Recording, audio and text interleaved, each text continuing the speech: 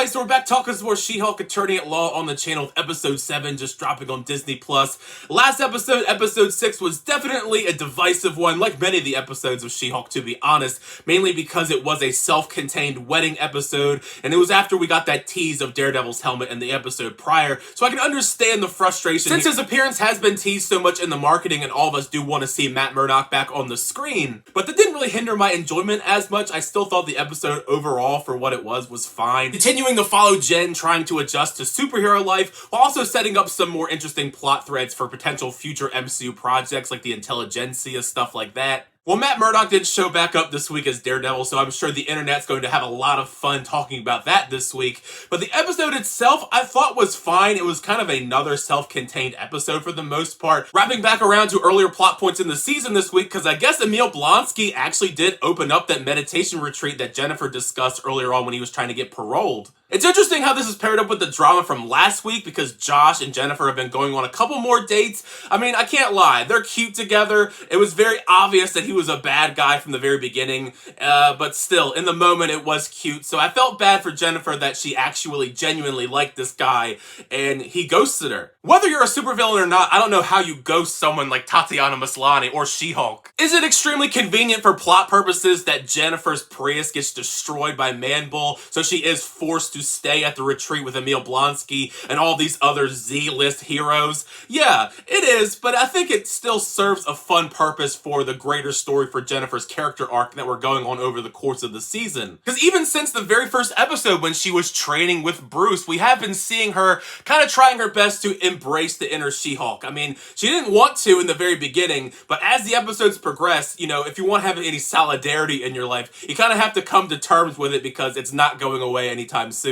So I thought it was nice that we're seeing Jen continue to embrace her inner She-Hulk like she does in this episode with Emil Blonsky and many of the other characters. One of the things I have been enjoying about She-Hulk as far as like character cameos go, if you will, is they keep bringing up these like Z-list heroes. I mean, Mr. Immortal was in the last episode. We have a handful of them in this little retreat. You know, you have Porcupine, Man-Bull, like I mentioned before, and also El Aguila, which is convenient because as we're introducing more mutants into the stories, like we got the confirmation recently that Namor is going to be a mutant, and Kamala Khan, of course, is now a mutant in the MCU. Most of these characters are mutants or mutates of some kind. There is a difference.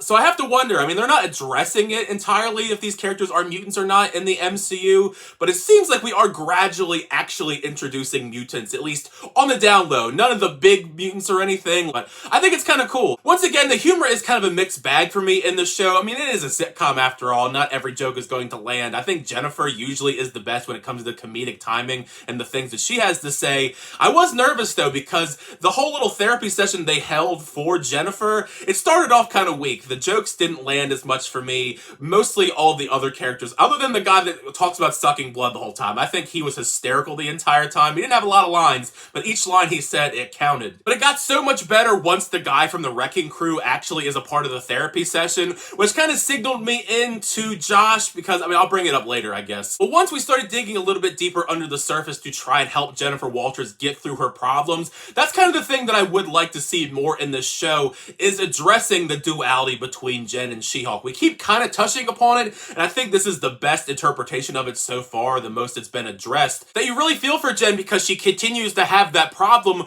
where people only appreciate her more as She-Hulk as opposed to her just being Jennifer Walters herself. And the only way you can really accept that portion of you is if you accept yourself, and I'm glad that these people in this therapy session have helped Jennifer realize that. You know, you can embrace Jennifer and She-Hulk. You don't really need to have one or the other. So that is something I think that She-Hulk is doing right. As the episodes gradually progress, we're getting to see Jennifer accept more of herself, not just as Jennifer, but also being a superhero. Because she didn't want to be a superhero many episodes ago, and now she's kind of accepting herself and going to fit into that role. I'm assuming it's going to be even more so. She's going to be very pissed after this episode because we do get the reveal at the very end of why Josh has ghosted her. To the shock of no one, he is actually working with Hulk King to try and take Jennifer's blood. And it seems like he was successful. Like I was hinting at before, it seemed really obvious to me that he was probably part of that Wrecking Crew. I feel like out of the group, he probably was the one in the group that had the mask on that we didn't get to see. Of course, we saw earlier on the one guy from the therapy session is in the Wrecking Crew, so I figured it was part of their whole plan they had going on here.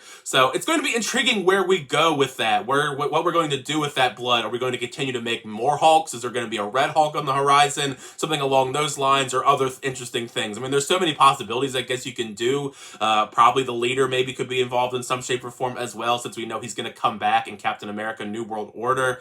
But yeah, I thought the episode overall, it was fine. There's definitely some things to complain about. It wasn't like a great episode by any means, but for like a fun, lighthearted romp where Jennifer learns to accept herself more as She-Hulk and Jen, I thought it did its job. Now you've heard my thoughts on episode 7 of She-Hulk Attorney at Law. Make sure you share your thoughts down below. What did you think of this episode? Did you like the episode? Did you not like the episode? Share any thoughts, theories you may have after this episode, and what you think is going to happen in the next couple episodes, because I think things are going to get even wilder as we are getting closer to the finale. Show your thoughts down below. It's part of the fun. Let's have a conversation with you guys in the comment section. Thank you guys as always, chat the reviews. I always do appreciate it. Make sure you leave a like on the video and also subscribe to the channel so we update reviews, reactions, unboxings, and more. Next time, I'll see you guys later.